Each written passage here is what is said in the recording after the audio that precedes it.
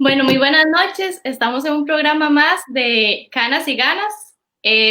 Continuamos esta entrevista con Adelid Medrano, que la vez pasada no nos dio tiempo y quisimos extenderla todavía más, profundizar en el tema de delitos informáticos, propiamente lo que es el tema de estafas, porque consideramos que estamos en una época en la que es difícil, la economía es difícil como para que además nos estén estafando, ¿no? Entonces, Adelit por ahí nos tiene como esos tips, esos secretos que pues debemos de conocer todos y todas, la población.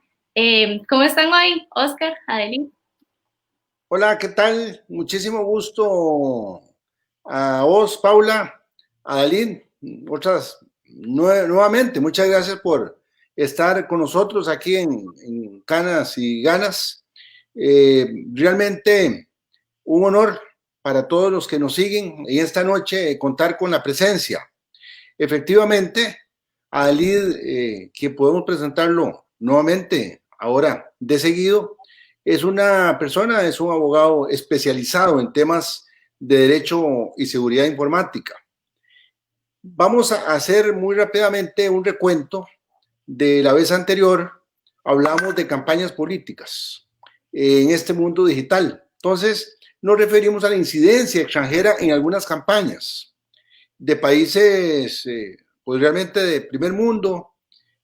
Hablamos mucho de la política norteamericana, tanto de la anterior campaña como de la presente, y de todo lo que significa esto de la inteligencia artificial y el Big Data, que ha logrado venir a cambiar la narrativa y tocar el sentimiento del elector por medio de todo tipo de información, especialmente las noticias falsas.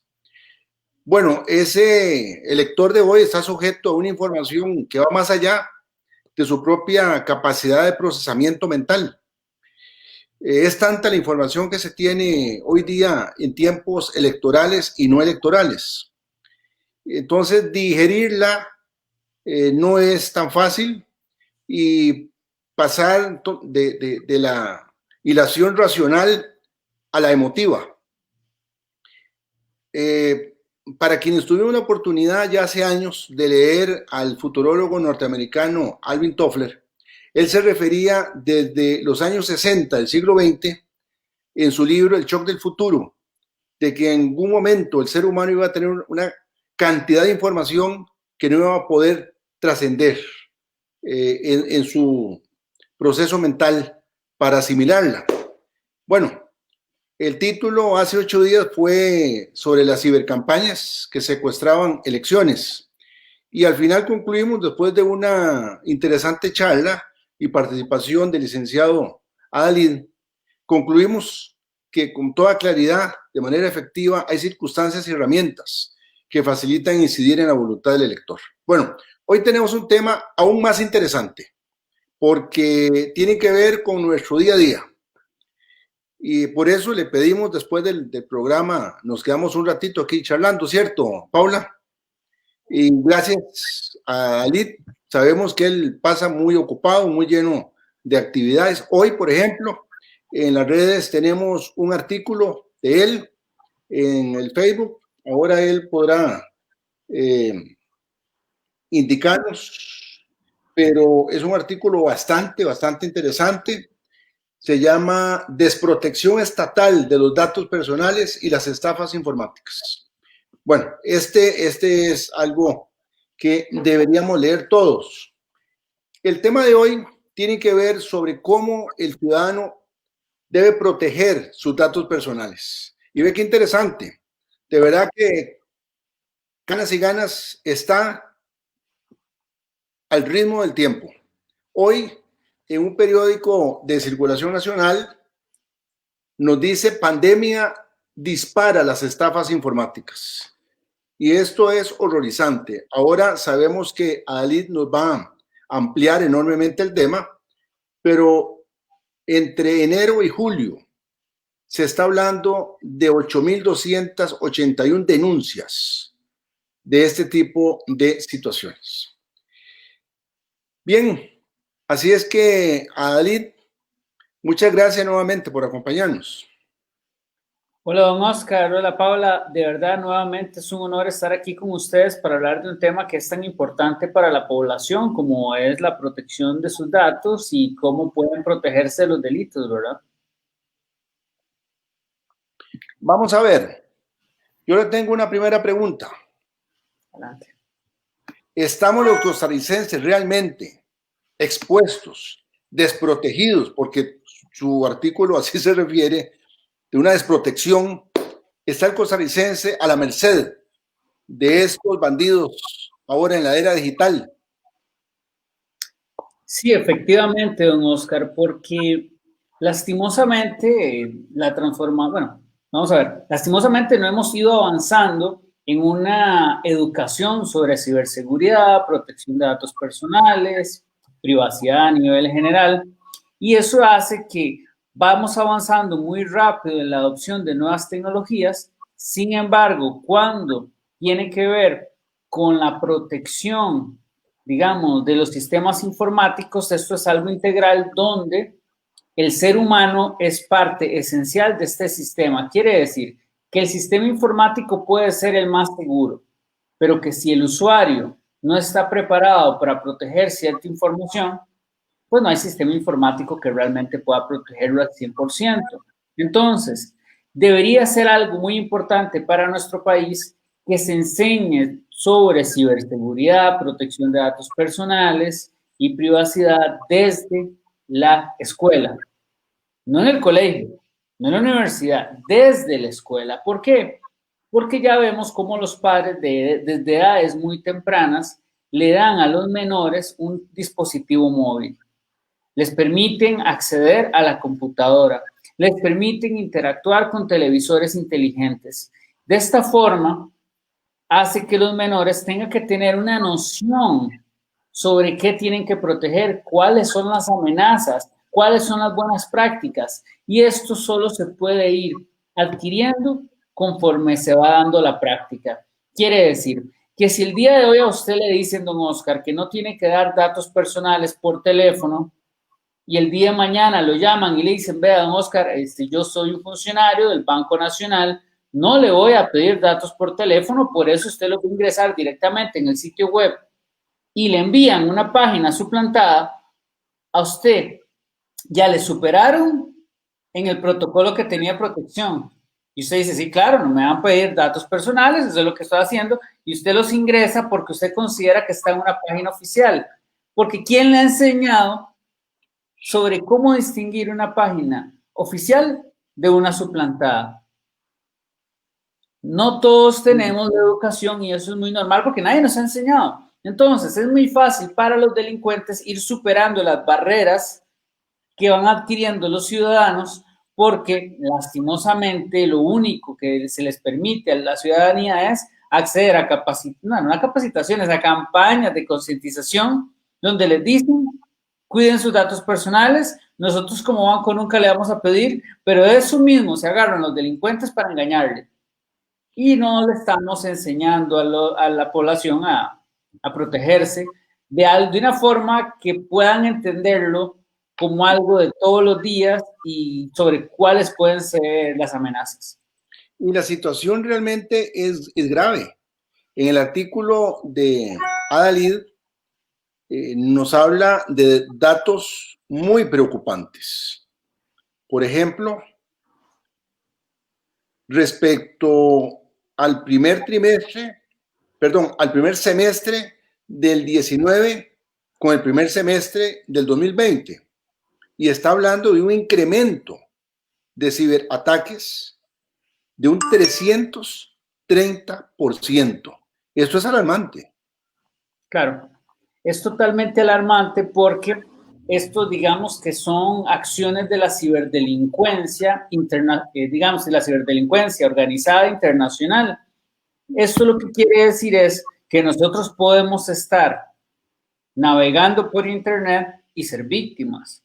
Puede ser que estemos descargando una aplicación y no nos fijemos mucho sobre qué estamos descargando y ser víctimas. Quiere decir que en cualquier momento podríamos estarnos enfrentando a una extorsión cibernética, instalación de programas informáticos maliciosos, sitios web atacantes, de entre tantas cosas, de entre tantas amenazas que se dan, que el usuario está hasta cierto punto en una desprotección debido a la poca preparación que tiene sobre el tema. Vea que en este momento se está dando también un tipo de ataque donde las personas ahorita están ingresando, al parecer mucho, a sitios donde pueden contactar diferentes personas, digamos, que ofrecen sus servicios sexuales. Pero ¿qué es lo que pasa? Las personas ingresan, dan datos sensibles porque son sobre su sexualidad, y los delincuentes aprovechan que tienen acceso a estos datos para decirle que son acosadores, que se están aprovechando de mujeres y empezar a solicitarles dinero.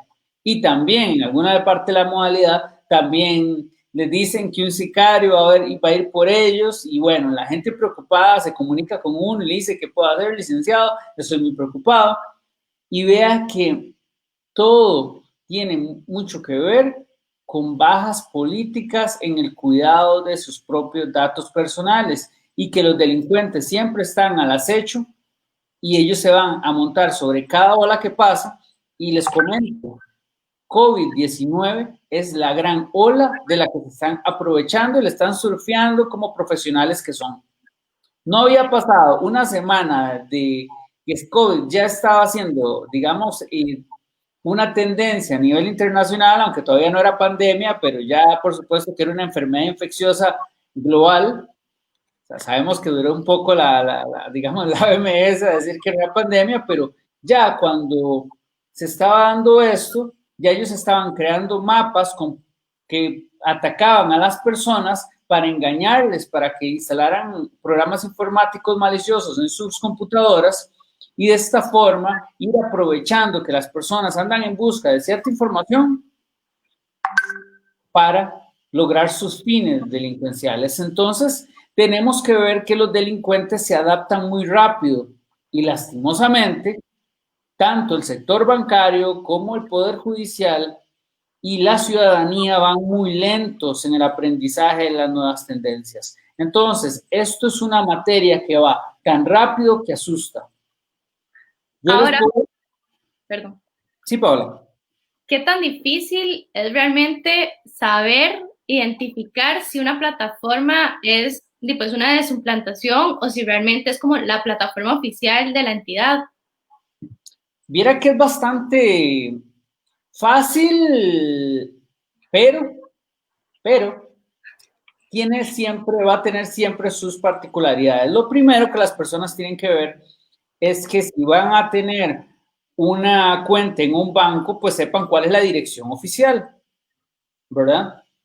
Cuando las personas sepan la dirección oficial, ven la dirección, va a tener un candadito, pero ese candadito, mucho ojo, ese candadito solo significa que usted se está conectando de forma segura con este dominio, y el dominio podría tener ciertas diferencias, entonces hay que fijarse que sea el que es. Entonces, si a usted le dicen, le vamos a pasar un enlace para que ingrese a la página del banco, usted no sigue el enlace, usted se mete directo a la página del banco, a la dirección que usted ya tiene con usted, para que no le genere dudas, porque el principal engaño es, imagínense que yo le mando un correo, Paola, y este correo dice bancosr.com. Y usted dice, mira, dice bancosr.com, pero lo que usted no se está dando cuenta es que el texto dice bancosr.com, pero el enlace en realidad la dirige a, ¿qué puede ser? bancobsr.com. Una pequeña diferencia que usted no nota, usted lo leyó en el correo, ya no se fija, y le aparece el candadito. Claro, porque el candadito le dice que usted está conectando seguramente con bancobsr.com. Entonces, lo principal es no seguir enlaces que le den por correo electrónico, por mensaje de texto, por WhatsApp, o inclusive no seguir enlaces que le dictan por teléfono. Importante, porque cuando pasa eso, usted probablemente no tenga todas las garantías. De hecho, en un ataque muy personalizado, podrían suplantar por completo la página web del banco con los candaditos, con el dominio y hacer parecer que algo es totalmente real. Entonces hay que tener mucho cuidado, porque si alguien tiene control sobre su red, pues puede hacerle parecer que algo es y no es. Entonces, sí.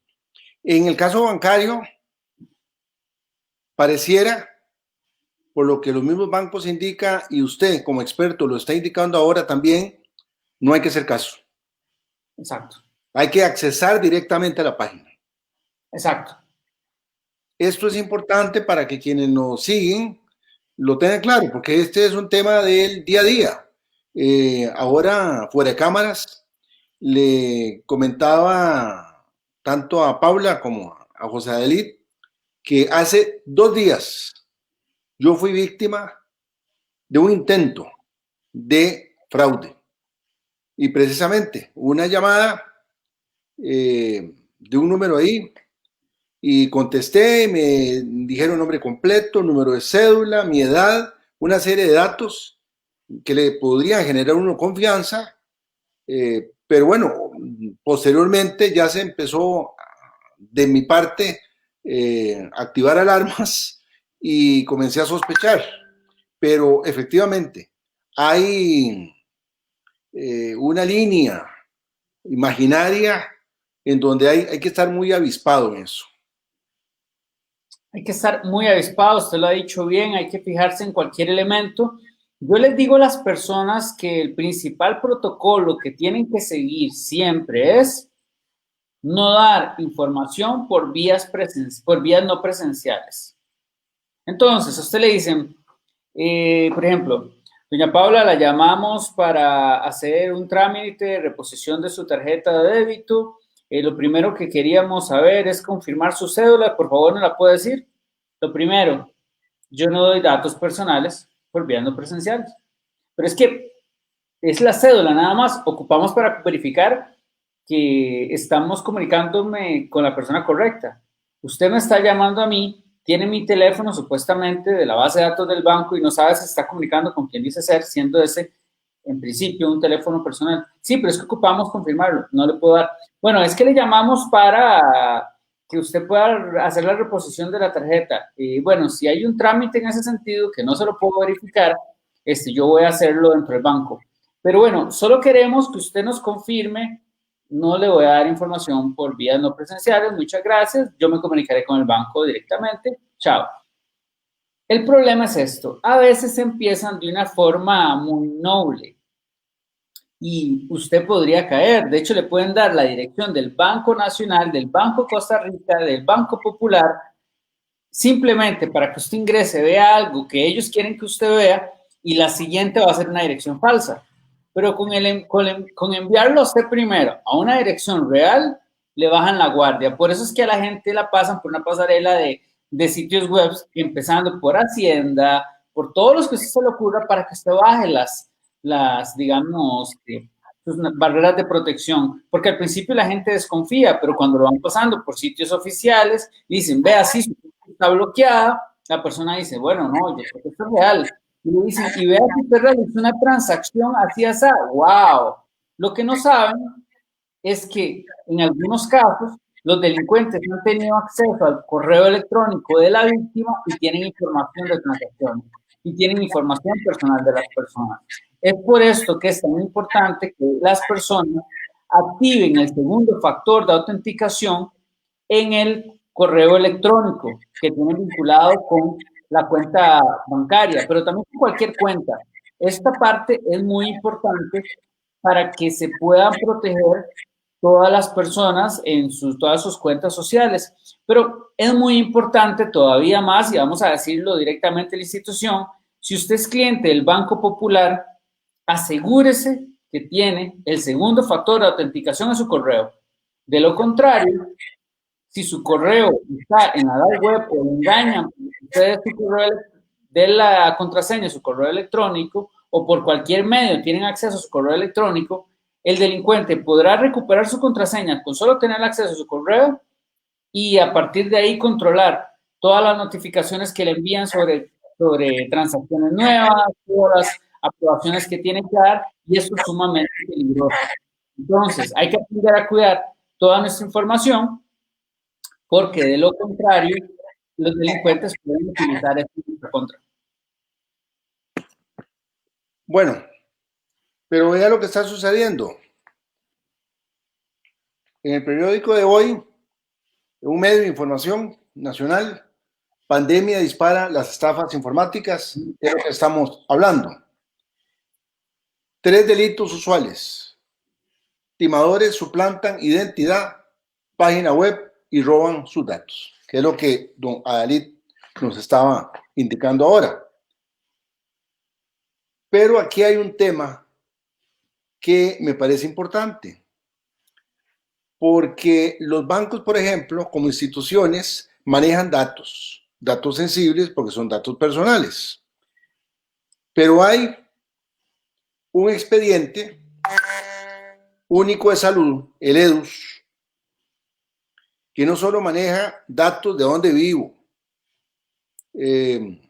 número de cédula y otros datos que son personales, pero además sensibles. Pero el EDUS es un expediente único digital de salud que maneja datos, podríamos decirle, hipersensibles.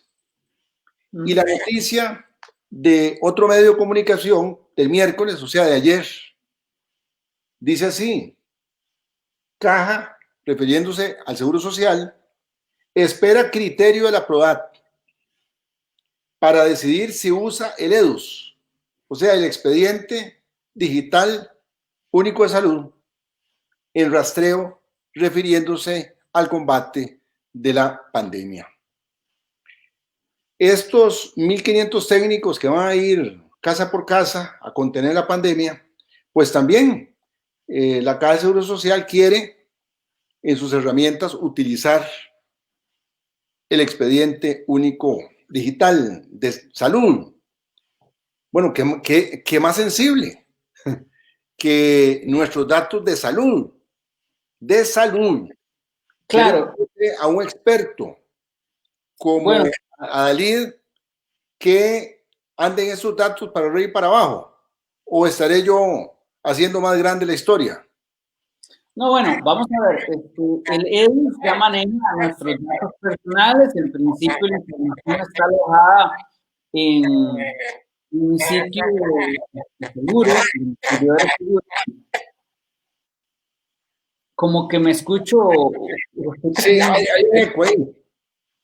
Sí, bueno, el tema es que, digamos, el EDUS en realidad puede ser una herramienta que tiene seguridad de la información. Sin embargo, digamos, la última auditoría que realizó la Contraloría de la República, me parece que fue hace más de 2 años. Esto es grave, esto debería revisarse más rápido, porque sin duda la seguridad de la información pues requiere auditorías mucho más seguras, más constantes, como usted bien lo indicó. Como usted bien lo indicó, son los datos relativos a la salud, son datos sensibles, son datos que hay que proteger. Y con respecto a que le van a solicitar el criterio a la ProHub para ver si utilizan el EDUS para el rastreo de contactos digitales, que no es tanto que van personas de casa en casa, sino es que las personas se van a utilizar la aplicación de su EDUS para saber con quiénes estuvieron cerca a través de un intercambio Bluetooth. Eso es sumamente grave en realidad, porque el EDUS no debería utilizarse para mezclarlo inclusive con cuáles son los contactos más comunes, y ahí habría que ver, más que cualquier otra cosa, si van a utilizar un servicio descentralizado donde el gobierno no tiene acceso a con quién se contacta usted, o si es centralizado, que parece ser que es eso, porque si utilizan EDUS, el gobierno sabría que Paola y don Oscar estuvieron juntos tal día. Depende cuál tecnología utilicen. Si utilizan el EDUS simplemente para conectar, para decir que una persona estuvo infectada, pues no pasa tanto, porque se puede dar una transferencia de datos legal e inclusive segura. Pero si utilizan el expediente médico para hacer este rastreo de contactos, realmente es un caso de centralización de datos, y lo más grave es que la Agencia de Protección de Datos pues baila al son que le dicta el gobierno, y eso es bastante grave. ¿Por qué lo digo de esta forma? ¿Cómo es posible que en vamos a ver, que en un artículo del Financiero, la Agencia de Protección de Datos, cuando le consultan que cuál sería la responsabilidad de la Caja Costarricense del Seguro Social porque se manejaron datos relativos de la salud de pacientes de un hospital, en realidad me parece que está en Desamparados, una clínica en Desamparados, la Marcial Fallas, que se pasaban los datos por medio de WhatsApp. Lo que dice la ProHub es que no, que nada, que no hay responsabilidad por parte de la Caja Costarricense Social, pero sí de los funcionarios. Vamos a ver, yo no sé si hay ignorancia por parte de la directora, mala fe o qué, pero es que la ley es muy clara. Quien tiene responsabilidad es el responsable de la base de datos, no el funcionario. El funcionario puede tener responsabilidad laboral, pero el responsable ante la Agencia de Protección de Datos es la Caja. Y si la Caja en un criterio que da un medio de comunicación falla en algo tan básico, sorprende. Y no es lo único en lo que se equivoca, entre comillas. Acordémonos que con UPAD, que fue se daban transferencias ilegales, la ProHub dijo que no era ilegal, pero ahora que le toca defender al Ministerio de Trabajo porque la Contraloría le está pidiendo 1 millón de datos de las personas que han aplicado para el bono proteger, ahora sí dice que requiere el consentimiento de cada titular o una ley, entonces que no se la pueden pasar. Esa posición está correcta, pero ¿la dice porque le toca defender al gobierno en este momento o porque ya aprendió del caso UPAD? A mí me queda la duda. Y cuando dice que la Caja Costarricense del Seguro Social en realidad no tiene responsabilidad por las transferencias inseguras que se están dando a través de WhatsApp y que sí, las personas, yo digo, no puede haber tanto desconocimiento por parte de un director. Entonces, que me digan que va a ser a la Agencia de Protección de Datos, que le van a preguntar sobre la legalidad de una u otra acción, a mí me preocupa mucho porque prácticamente sería más seguro que le pregunten a un estudiante de Derecho que revise la ley en un par de horas. Eso me daría más seguridad a mí que le pregunten a la directora de la Agencia de Protección de Datos, sinceramente. Y si lo digo de esta forma, es que ya llevamos bastante donde le hacen preguntas, por ejemplo, en la comisión que investiga la UPAD, y es increíble el desconocimiento que hay sobre la materia. Si es que le puedo llamar desconocimiento, apelando a que digamos que hay buena fe.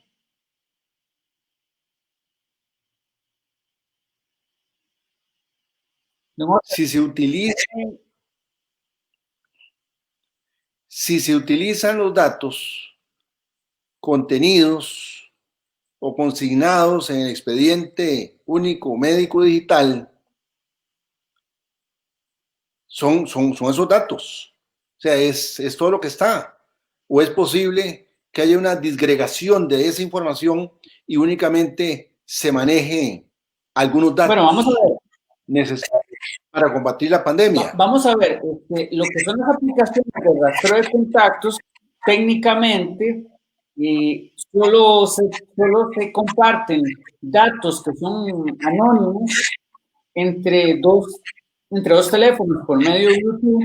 Y cuando se realiza esto, digamos que si se utiliza una aplicación que no tiene otros datos, pues el gobierno podría no tener acceso con quien usted se compartió información. Pero a mí sí me preocupa que si utilizan el EDUS, el gobierno va a saber con quién se compartió datos y la seguridad de la información de los costarricenses desde la perspectiva de con quién comparten, con quién están cerca.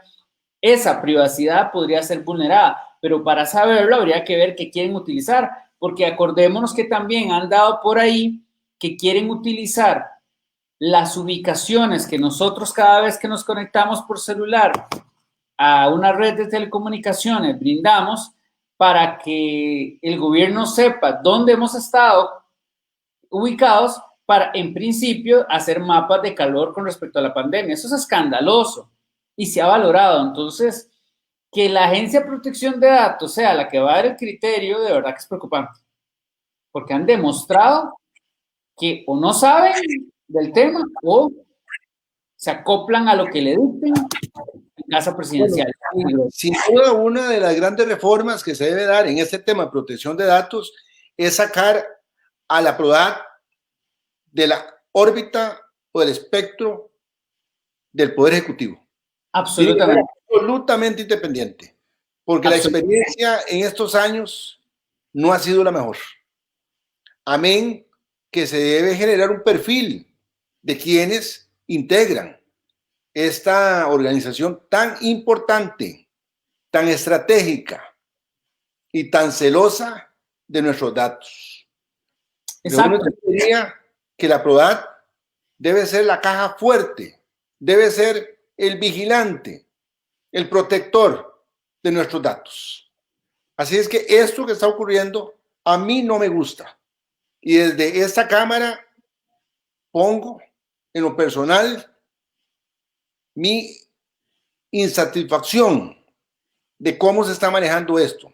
Porque ya habíamos hablado meses atrás en otro programa con Adalid y él nos mencionaba de un programa, una aplicación que tiene Google, me parece, en donde no hay nombres, en donde se genera un rastreo, pero sin nombres, sin manejo de datos. Eso es así. Y creo que ya algunos países, Inglaterra, ya lo está manejando y ha sido exitoso, sin necesidad de recurrir a una base de datos tan sensible como es el expediente único digital médico. Exactamente, usted se refiere al sistema descentralizado que están proponiendo Apple y Google, donde en principio el gobierno no podría tener acceso a los datos de las personas a quienes tienen estado cerca, datos de ubicación, ni ninguna información personal al respecto, y únicamente, digamos, que podrían identificarse los códigos de las personas cuando han sido infectados con la enfermedad, siempre y cuando la persona lo autorice y con el fin de notificarle a las personas para que verifiquen todas las citas que han recibido para que le indiquen si han estado cerca de una persona que ha sido contagiada con COVID. Entonces, de esta forma, protegemos la privacidad, pero también cumple la función de que las personas puedan medir su propio riesgo, ¿verdad? Bueno, realmente este es un tema importante porque toca la esencia de nuestro ser, la información. Es fundamental aquí en su artículo, nos refiere al tema de qué debemos hacer como país para poder, ya no solo como personas, sino como país, para ir cambiando este tipo de regulación. Entonces, en este artículo de Adalid, que lo publica hoy, es Adalid que lo está publicando, y eso es a ver si le indicamos a la gente a dónde lo podemos localizar. Sí, claro, en adalidmedrano.com, ahí uno de los primeros artículos que se hace. Ok. Entonces resulta que nos indica acá sobre qué debe hacer el Estado. Ese es el subtítulo en tu artículo, un artículo muy amplio, y desde aquí los invitamos a que accedan y lo puedan estudiar más detenidamente. Entonces, Adalid nos dice: crear una reforma integral de protección de datos personales. Ok, bueno, acá lo menciona, la independencia de PRODAT fuera del Ejecutivo. ¿A dónde lo ubicaría usted, Adalid? Bueno, me parece que debe tener una naturaleza jurídica similar a la que tiene la Defensoría de los Habitantes, no dentro de la Defensoría de los Habitantes, porque se requiere que tenga independencia, que no tenga ningún tipo de influencia política. O sea, podríamos decir que la Defensoría de los Habitantes no ha sido ajena, digamos, a los intereses políticos en el pasado, entonces no podríamos decir que una agencia como la protección de, o sea, como la PROHAB, digamos, pueda tener o deba tener injerencia política, debe ser un órgano técnico, un órgano que proteja a los habitantes, que no importa si las violaciones se dan en el Poder Judicial, en el Poder Legislativo, en el Poder Ejecutivo, pueda proteger, digamos, al ciudadano como se da en otros países y de esta forma ir obligando a que en las instituciones públicas y en las empresas se respeten los derechos de autodeterminación informativa de los ciudadanos. Y de esta forma, al proteger los datos,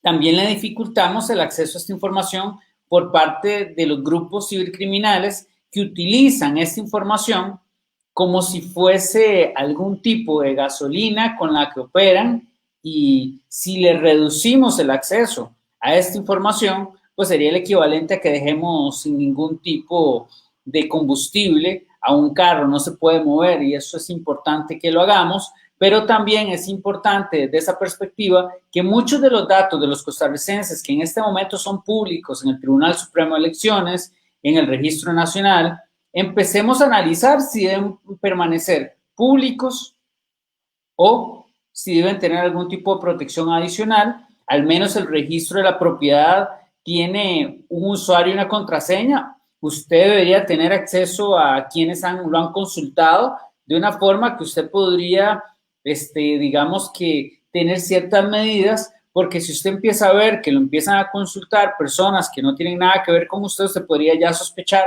de que podrá ser víctima de cualquier delito en realidad.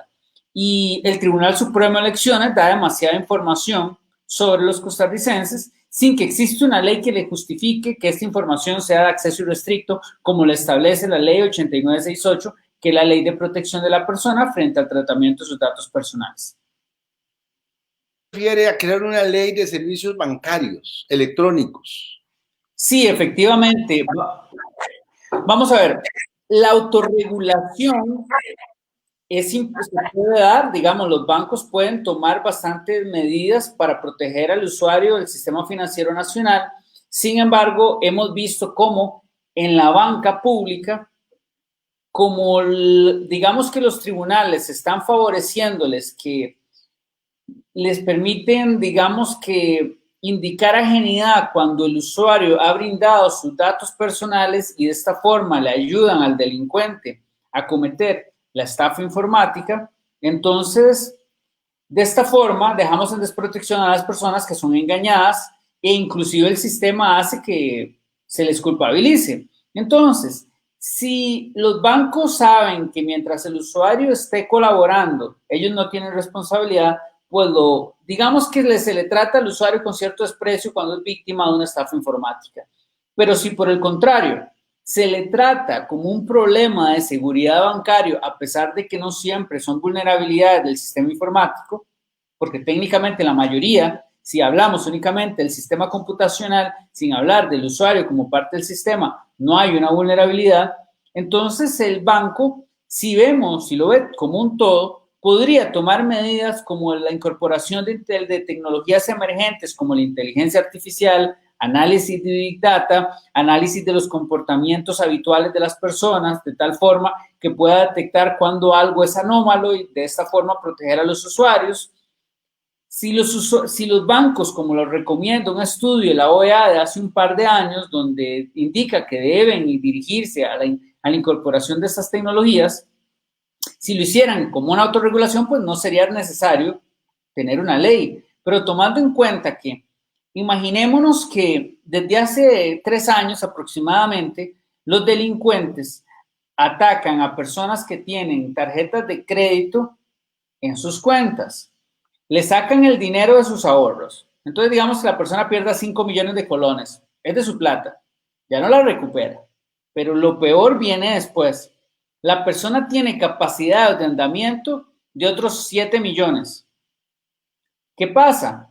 Le sacan préstamos de la tarjeta de crédito, se la transfieren a su cuenta y a partir de ahí, en unas cuantas horas, la transfieren a cuentas que la persona nunca le había hecho una transferencia anteriormente y lo dejan sin su dinero y sin el dinero del préstamo.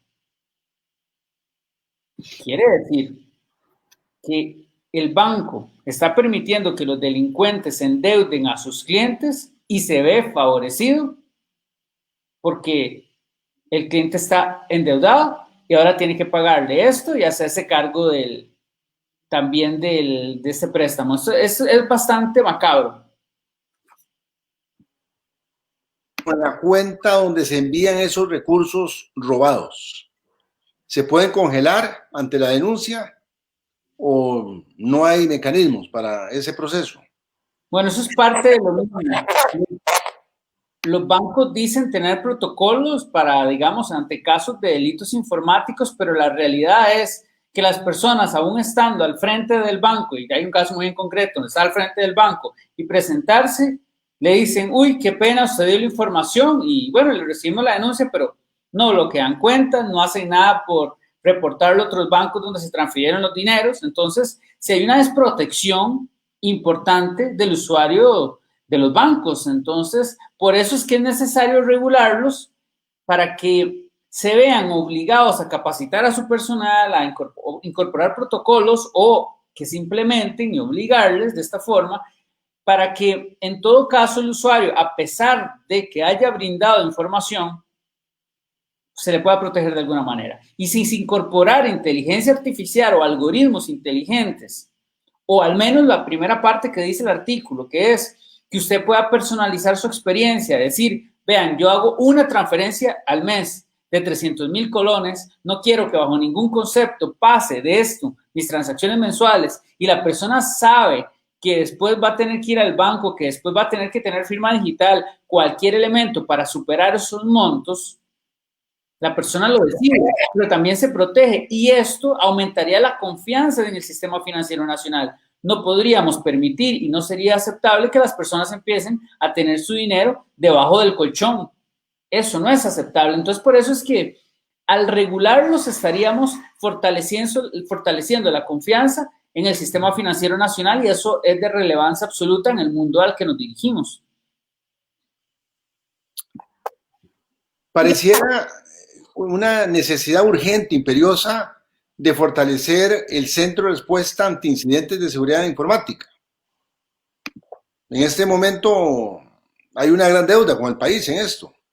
Sí, absolutamente. Desde el gobierno de doña Laura Chinchilla se creó este centro de respuesta ante incidentes de seguridad informática. Sin embargo, hemos visto cómo no se le ha dado la importancia debida. Ahí, digamos que la cantidad de funcionarios que se reciben capacitaciones y luego se van a otro lado es muy frecuente. El presupuesto que se le dan, inclusive se ven salarios de personas que no necesariamente están en el día a día. Dentro de las actividades que vemos son capacitaciones por aquí, alguna pequeña atención por allá. No vemos que exista, digamos, protocolos importantes de cooperación con el OIJ ante casos de, digamos, de estafas, donde se suplanta la identidad de un banco, y que a partir de ahí se realice una investigación para agarrar a las personas que están suplantando páginas electrónicas. En realidad hace falta mucho, no solo desde el punto de vista de la cooperación con el OIJ, sino que también hace falta mucho para que de forma proactiva los sistemas informáticos del Estado sean más seguros. Y si usted empieza a preguntar de cuántas personas es ni siquiera es no sé si es una unidad, porque en realidad simplemente es un centro. Entonces, si empezamos a preguntar, en realidad es muy poca la gente, la capacidad es muy, muy poca, ante un mundo donde los ciberataques aumentan, digamos, de una manera exponencial. Ya hemos visto los números, ¿verdad? Que se ha dado un 330% en crecimiento con la pandemia. De verdad que es preocupante. El ransomware está atacando de una manera agresiva tanto a instituciones públicas como a empresas privadas, y deberíamos no solo tener un CECIR fortalecido, sino que inclusive, ¿por qué no, como en España, digamos que Centro Nacional de Ciberseguridad? Digamos, en España se llama INCIBE, digamos, un instituto que brinda capacitación a las empresas privadas de herramientas, genera programas. Sería importantísimo, pero no podemos decir que nos dirigimos a la Costa Rica del Bicentenario con mucha transformación digital si no protegemos la ciberseguridad de las instituciones del Estado. No se puede. Y bien dicho.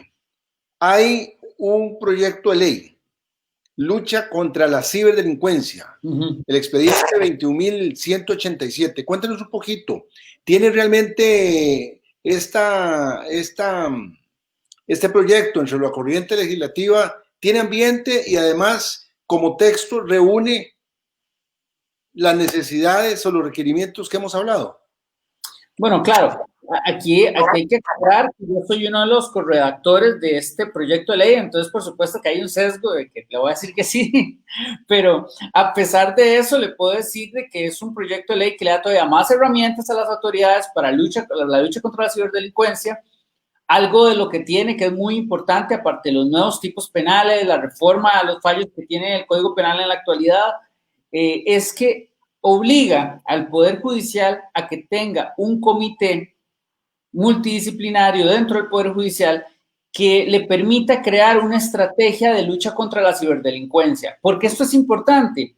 Bueno, les comenté que los delincuentes, y eso lo dice también el señor Eric Lewis de la sección de lucha contra la ciberdelincuencia, que crean páginas electrónicas, que suplantan la identidad, que hay violación de datos personales. Todos esos son pasos anteriores a la estafa informática. La razón por la que creamos estos tipos penales es para adelantar las barreras de protección y que las autoridades pudieran investigar antes de que se dieran las estafas informáticas, que pudiéramos bloquear estas páginas electrónicas que suplantan la identidad de los bancos y aún así las autoridades pudieran investigar. Yo hasta la fecha, pero por supuesto que tengo mis desconocimientos porque no sé la actividad diaria del OIJ, pero yo no conozco de que se haya dado una investigación donde hayan llegado a los grupos que están llamando para engañar a personas, que están creando estas páginas electrónicas, y esto me hace pensar que lo que no hay, y eso es así, no hay una estrategia de lucha contra la ciberdelincuencia, no saben cómo traérselas abajo, y lo más que he escuchado es que indican que si nos traemos abajo la conexión, digamos, celular en las prisiones, ya con eso el problema se resolvió. Y técnicamente no hay ninguna razón para que los delincuentes tengan que operar desde ahí. Es más, si me pregunta a mí, si no fuera porque han agarrado algunos que otros dispositivos electrónicos, a los que, por cierto, no se sabe si le han hecho algún peritaje para tener más información sobre qué tipo de información tienen ni nada, pero si no es porque han agarrado dispositivos, yo diría que fácilmente, digamos que un engaño para hacer parecer que están operando desde las prisiones, porque hay algunas llamadas que hacen que inclusive a usted le ponen la musiquita, personas, digamos, en un ambiente no ruidoso. Entonces, como quien dice, se dice que es en prisión, pero realmente está en otro lugar, y como no se investiga de dónde vienen las llamadas, a pesar de que usted lo llama de un número y que podrían triangular desde dónde están llamando, y que hay tanto que podrían hacer y no lo están haciendo, es claro que ocupan una estrategia de lucha contra la ciberdelincuencia, pero no la tienen. Y a la Corte, cuando le indicaron que qué pensaba el proyecto, sí les parece muy bien, pero que no se incorporó presupuestos y que los obligan a que compren dispositivos y que los obligan a contratar más personal, lo que es falso. El proyecto de ley crea un comité que es con funcionarios públicos, que no le cuesta un colón más al Estado, pero que si no hay recursos al menos los ordena. Entonces, esto podría darse nuevamente dentro de la autorregulación, donde ellos dicen, bueno, vamos a crear esto porque no ocupamos una ley para hacerlo, pero vamos a luchar contra la ciberdelincuencia, porque es algo importante para la sociedad costarricense, pero por desconocimiento o por la razón que sea, no se está haciendo. Y eso es grave porque la ciberdelincuencia va creciendo y no estamos avanzando en estrategias para combatirla. Vamos por la escalera y ellos por el ascensor. Exacto. Yo tengo una pregunta, y hago como la aclaración a esta introducción de preguntas, porque yo con estos temas de seguridad y demás, la verdad es que soy súper ignorante, digamos, lo confieso, a pesar de ser millennial, no es mi fuerte. Pero, por ejemplo, y lo planteo tal vez más como una inquietud como docente, muchas veces cuando uno ingresa como a este tipo de plataformas educativas, está estos mensajes de lo de las cookies, ¿no? tiene algo que ver, uno debería estar siempre aceptando estas cookies o no sé si puedes como abordar ahí un poquito ese tema. Sí, claro, vamos a ver, las cookies son pequeños archivitos que se instalan en su computadora. Vamos a ver, son bastante, digamos que normales. Pueden ser operativas, que son simplemente como para identificarle que usted visitó un sitio web. Pueden ser, digamos, que van incorporando datos de qué las cosas que le gustan a usted para enviarle publicidad. Y digamos que son parte esencial del Internet moderno, pero también es parte de su derecho a autodeterminación informativa poder rechazarlas o poder estar limpiando para que usted no lo estén rastreando. Y cuando digo rastreando es desde la perspectiva de que se van incorporando diferentes archivos dentro de su computadora que recopilan sus gustos y a partir de ahí le sale publicidad. Entonces, me parece que usted puede aceptarlas, puede rechazarlas, pero lo importante es que tome conciencia de que si las deja ahí siempre, pues va a tener un repositorio de archivos que de alguna forma guardan esa pequeña base de datos con sus gustos, sus preferencias, y conforme eso va a sentir más invasiva la publicidad. Pero entendamos, sin cookies, usted no se podría meter a Facebook y pretender que Facebook le recuerde su sesión donde usted ingresa a hablar con sus amigos. Entonces, no las podemos satanizar, pero hay que ser conscientes de que si usted no las está borrando y acepta todas, va a recibir publicidad cada vez más personalizada y que eso en malas manos pues podría generar mucha información sobre usted. Entonces, sí hay que tener conciencia, pero no hay que satanizarlas. Bueno, ¿y este proyecto de ley en qué estado se encuentra en la Asamblea Legislativa? Bueno, la verdad es que desde que la Corte dijo que de alguna forma les afectaba su funcionamiento, me parece que está medio detenido, no veo mayor interés en el mismo y por supuesto que es una pena porque digamos que el proyecto de ley incorpora nuevas figuras que vendrían a proteger al ciudadano ante el avance de la ciberdelincuencia, no solo la organizada, pero también la que se vive en las casas, las que se viven en los colegios, en los trabajos, en las redes sociales, porque sin duda es un proyecto de ley que está tomando en cuenta todas las tendencias de la ciberdelincuencia, la personal, la organizada y inclusive la estatal, porque sí, hay otros países que tratan de cometer delitos contra los ciudadanos. Entonces, de verdad que es un proyecto de ley bastante completo, pero de momento no está teniendo demasiado interés por parte de los diputados. ¿Seguridad o de asuntos jurídicos? Ahorita no me acuerdo en cuál comisión está, pero sí puedo averiguar. Bueno, desde aquí también queremos solicitarle a las señoras y los señores diputados que los ciudadanos, las ciudadanas, estamos muy interesados que se venga a regular y a proteger nuestra información y nuestros datos personales. Creo que ya se está acercando el final del programa.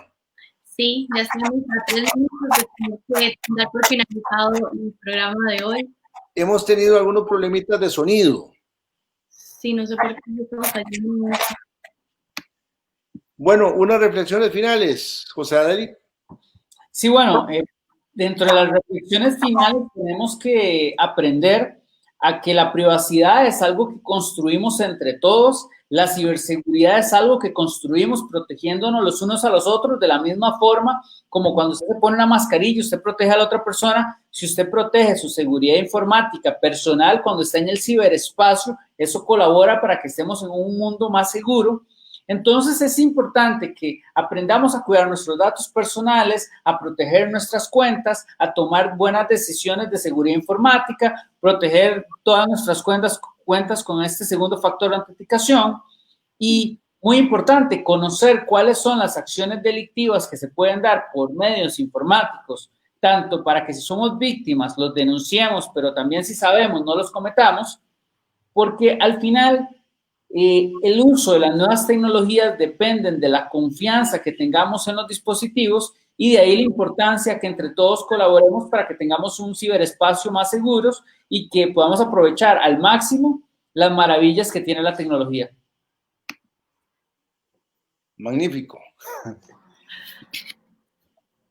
Queremos agradecerle a todos quienes nos han estado siguiendo a estas horas de un programa tan importante como es la protección de datos personales y lograr la mayor tutela y protección del ciberespacio, como nos lo decía José Dalit.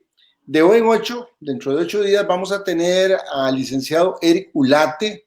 Él es presidente de la Asociación de Consumidores de Costa Rica, para hablar de los derechos ciudadanos, de los derechos de los consumidores y de la misma manera cómo protegernos de algunos abusos contra los consumidores. Así es que están cordialmente invitados. ¿Cierto, Paula? Totalmente. Para recordarles, todos los jueves empezamos el programa a las 9 de la noche, después del programa de Don Online.